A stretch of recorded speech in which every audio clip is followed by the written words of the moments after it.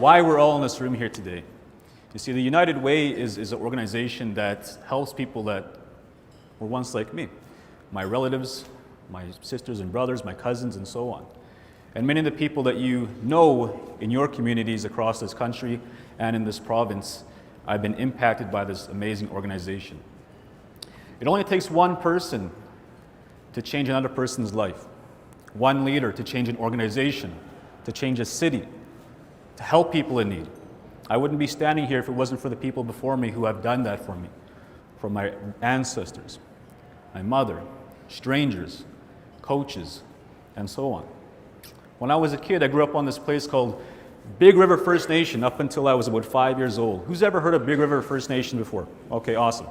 So Big River First Nation, that's between Prince Albert and north of Spiritwood, roughly. And when I was living there, my mother and my father were together. I rarely saw my father.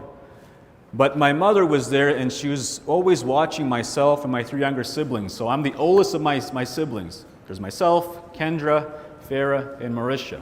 So I'm the only boy in the family. And one day, I noticed that what was normal to me was not so normal to other people. And what was normal to me was watching my mom watch us all the time. And I thought that was normal, that my dad would never be home. But when he would come home, it wasn't so normal. You see, they had a lot of arguments to the point where my mom would have to send us inside the house or send us outside the house because they're going to have another argument. And I didn't realize that was toxic as a kid. I didn't realize until I was a young man that that was totally unhealthy. In fact, one day my whole life changed. So think about where you come from right now. Think about the first incident that really changed your life. Some of you, it's when maybe you're 3, 4 years old. Maybe it's when you're 5, 10 years old. I don't know when that is for you, but think about that moment. When I was 5 years old, summer was just around the corner, and the kindergarten was just finished. And I used to get dropped off on this long gravel road, and my house was about maybe 5 times the size of this room, and there's tall trees on each side of the road. Gravel, bumpy road, and I get dropped off over here. Along there would be my house at the back of the room. And one day I got dropped off at the road. I was visiting my friends, and I'm coming back home. It was another normal day, and again, my father wasn't there. But when I got closer to the house, I could see that there was a commotion happening in front of my house. And when I was walking, I could see there was a pickup truck I had never seen before. In the pickup truck, I could see that my sister Kendra, Farah, and Marisha were getting put in the back seat. I could see my mom, and I'm getting closer now. I'm watching. I could see my mother. She's going back and forth, grabbing these bags, throwing me in the back of this pickup truck, grabbing these boxes, putting in the back of the pickup truck, frantically. And I'm walking closer, and I'm starting to pick up my pace now.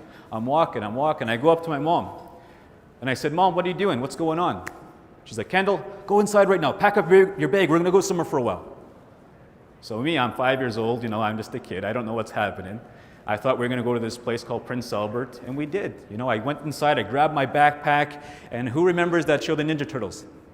All right, so I had a Ninja Turtles backpack. I put my toys in there. I threw it in the back of the pickup truck. I jump in the back seat. I'm excited to go to Prince Albert because in Prince Albert, when we would go there, which was rare, there was a place we would usually stop. It was called Walmart. And Walmart was a special place for a kid, and some of you maybe have children, so you know that when you take your kids to Walmart, you don't use a certain aisle you don't go to, right? Because once you go there, they're there, and you have to get them some. So I was one of those kids. I used to love going to Walmart, but I remember getting to Prince Albert, and we're in the back of that pickup truck. We're driving. All of a sudden, we pass Walmart. So I'm like, shucks. We check ourselves into this hotel room. There's fluorescent lights in this room. And we get there, and we stay there for 1-2 nights. I think things are okay. We go to a different room, 1-2 nights. Then we go to Saskatoon, up to a week. Then we go to North Battleford, 1-2 nights. And I'm like, what is going on? Where's our dad? Why aren't we home? When I became a young man, and I totally forgot about all that stuff that happened, I remember I was a young man, and I asked my mom about that question. I said, remember that time we stayed at those hotel rooms? My mom went, hold on a second. Those were not hotel rooms we stayed at. I said, how old were you when you remember that? I was about 5 years old. That day, we left your dad's. I made a decision. You see, I left your dad that day. I made a decision. I was going to give you and your 3 younger sisters an opportunity to have success in this thing that we call life. It wouldn't have happened if you probably stayed over there. So I made a decision, and I sacrificed that part of my life so you guys could have an opportunity here. So I'm like a teenager, and I'm hearing this. I'm like, wow, this is crazy. I was like, well, where were those hotel rooms you were staying? Was that a hotel? He's like, no, those are women's shelters for single mothers who had no place to go for their children. It's like single mother shelters. So we would stay at those places for several weeks. And one day, my mother concluded the story that the thing that saved us in those shelters was one day she got a call on this thing called the payphone. Is that too old for everyone in the crowd? All right. So they're talking on the payphone, my mom and my kukum. Our kukum is our grandma in our language. So my kukum and my mother are speaking in Cree. And one day, when they're talking on that phone, my grandma, she pries it open for my mom. How are the kids doing? What is going on? My mom confesses that we're kind of homeless. We don't have a place to go. She left my father. My grandma, super kind person, right? I know a lot of you have a lot of those grandparents that are super kind and generous. My grandma was the same way. She took us into her home. We moved from where we were to Sweetgrass First Nation, where my mother grew up and where I'm registered in my First Nation. And we get to Sweetgrass, and my kukum lived on top of this nice hill, a 1-bedroom house. So we get to her house. And you know that feeling when you go to your grandma's house, right, or a grandparent's or a loving person, it just feels good, right? It's a feeling that you get there. So I felt really safe walking in there. And my kukum had a room over there, but at the end of her living room was a nice long couch. She's like, you guys can sleep over there. My mother slept right here. I slept right beside her on the floor. My sister Kendra, my sister Farah, and my baby sister Marisha is an infant. She stayed with my mom on the couch. So we stayed there for another 2 months, living with my kukum, learning from her, learning values about respect and so on. 2 months later, my mom gets another phone call. And the phone call says, Inez, my mother's name, you and your children can come live in this house over here. We're moving out. We're going to the city now, North Balford. If you don't move into this house, someone else is going to come and take this house. So I suggest you come and move into it right away. I'm going to time out real quickly. Just a little tip here. Back in the day, and a lot of it still is the same, for First Nations people, I can't legally go and buy a house on my reserve and say, I'm going to build it. Okay? The only time back then was if you got a house, if the band was making one, or if someone was moving out of one. That's why there was a lot of crowded homes at that time, and it still happens to this day. So when we got into this house, we walked in. I remember I just walked in. It was just like, wow, this is amazing. We have our own place. We could play outside soccer and so on. We could play all these different sports. I was super excited. I see there's 2 rooms. There's room 1, room 2. I was like, Mom, who's getting the rooms? She's like, well, son, over here, this will be your room. I was like, wow. Put my Ninja Turtles backpack in there, and I was super excited. Room 2, I was like, well, Mom, who's going to sleep in this room? Well, that'll be for Kendra, Farah, and Marisha. I was like, oh, okay, right on. Well, where are you going to sleep, Mom? She's like, I'll be okay. I'll sleep on this place here in the back called the couch. And my mother slept on this place for a long time. She made a decision that moment, and I asked her about this because when we were kids, that was the house that we were staying in on the screen. Around the corners was my room and my sister's room. The couch right beside where I was sitting was the place where my mom slept from grade 1, grade 2, grade 3, up until I graduated high school. So the point I'm trying to make and what this means for you is sometimes as leaders, as people that are held up here in your organizations, in your families, sometimes you have to make sacrifices to better the whole team. And sometimes those sacrifices mean that maybe you're uncomfortable while everyone else is starting to be more comfortable. My mother made that decision. We were only in grade 1. Sacrifice. I didn't realize this when I got into business, that I had to sacrifice a lot. I had to sacrifice a lot of things. So that's us as kids, and we're going through this thing, grade 1, grade 2. Grade 3 comes around, and I'm a little kid. I'm enjoying life. Things are okay, and I like to play sports. I used to have to force my sister Kendra to come outside to play soccer with me. I'd be like, Mom, Kendra's not playing with me. Kendra, get outside and play with your brother. So we were very close, although I had to force her to play sports with me sometimes. One day, grade 2 comes around. My mother says, son, we're going to put you in a different school. I was getting bullied a lot on my community. I was a very tiny kid. I get into this bus, And I'm on this bus going to this new school. And I'm thinking, I wonder where I'm going. She's like, you're going to go to this place called Cut Knife. Who's ever heard of Cut Knife before? Anyone? Okay. So Cut Knife is a small farming community.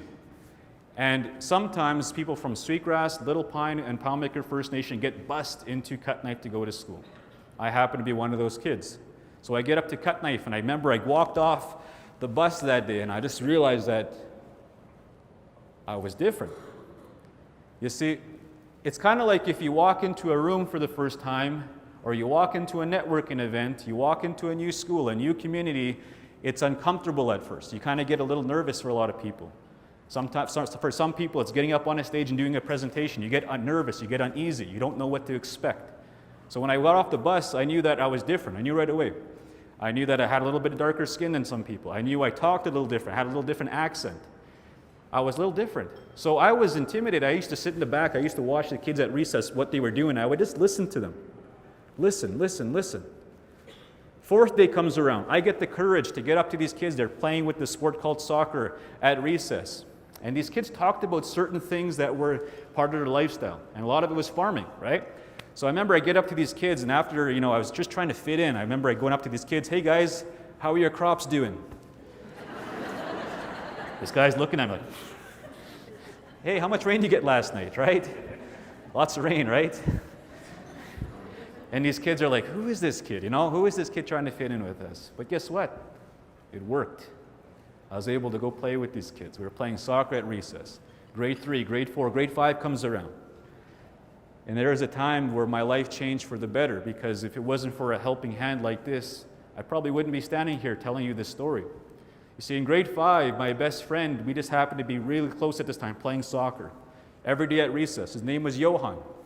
And Johan was a kid originally from South Africa. And me and him became really good buddies.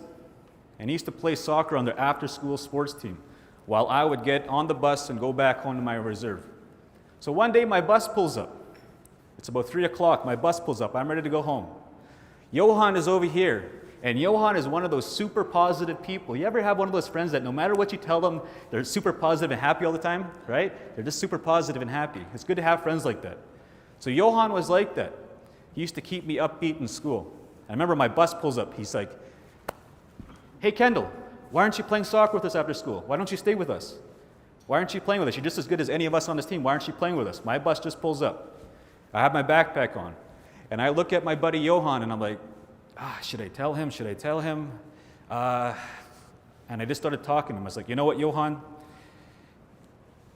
This bus that just pulled up, that's my only ride to and from my reserve. I live in this place called Sweetgrass. It's about 50 minutes away. We're living on this thing called welfare. So every month we get this $200 check, and it's kind of split up between, getting food and the basic necessities. I don't even have $50 to play on this team. Our normal, and I just started to pour it out. I just, once I went on the roll, I started to tell them, my mom's the only person raising us. There's no jobs back home. The nearest job that we can get is in the city. We don't even have a vehicle to go get the job. So we're stuck. We're stuck in this place. And he kept asking questions we also, one of the things that we do is we collect cans and bottles all the time. We take them to the local Sarcan just for some change. I also told him that, another thing that we do is I have this bike, okay? And most of you have had a bike in some time in your lifetime. I have this bike that I love. But I only get it 2 weeks of the month, because you know where it goes? I said it goes into the local pawn shop, so we can get some more money. I said, you know what? I also have this thing called the Super Nintendo. Who remembers that? Or N64. And I would only get that for 2 more weeks, because I would go into that pawn shop, check would come in, and the pawn shop effect would take place over and over and over again. That was our normal. So I told him that, and I felt like an idiot. I jump on my bus, and I go all back home, and I'm thinking about that all night. I come back on the bus. I get up after school, and the bell rings in the morning. It's 9 o'clock, and Johan's standing there. He's super excited, and I'm like, hey, how you doing, buddy? And he's super excited here, and he's like, you know what, Kendal, come here. I want to talk to you for a second. And he comes over, and we're talking. He's like, you know what, Kendal, I told my parents everything you told me last night. And I'm like, oh. I was like, why would you do that? He's like, no, just hear me out. He says, we want to help you out. I was like, what do you mean? Well, we already paid for your $50 fee to play on the soccer team. It's like, wow, okay. Well, How am I? Then he cuts me off. We're actually going to pick you up from your reserve tonight. Where's the reserve? I'm like, I had to draw out directions from on a piece of paper. Him and his family gave me an opportunity to play the sport soccer. I was at his house every single week, and we became best friends. So many things happened from that. And this family changed my life. I was at his house from grade 5, grade 6, grade 7. During the time, I met a person, his dad. His dad became a role model for me. His dad was also named Johan. So there's 2 Johans in this family. And Johan Sr. used to say stuff like, hey, Kendal, good job today. Hey, Kendal, I like the way you're dressed today, young man. Hey, Kendal, good job at soccer today. Just all of these words of encouragement, uplifting me when I had no one else to do that for me. How many times in our organizations we don't get enough of that? And we wonder why sometimes the best employees leave. Sometimes as leaders, we need to take it upon ourselves to uplift people. These simple words of encouragement go a long way for people. So we used to say stuff like that. Grade 7 comes around. Johan's like, hey, Kendal, I have some bad news. I was like, what's going on? It's like, we're moving to Saskatoon. I was like, geez. Well, what's going to happen to soccer? He's like, well, my parents want to talk to you. So I go out and talk with his parents. And his parents gift my mom, she's right there, a 1986 Ford Crown Victoria. Who remembers what those look like? All right. We call them as res boats back home, right? It's big police cars, right? Old school. So burgundy red, 1986 Ford Crown Vic. It was sitting in their yard. They weren't even using it, and they gifted it to my mom. So myself, Kendra, Fair, and Mercy can continue to play sports. That's how one family just truly changed our life in the beginning.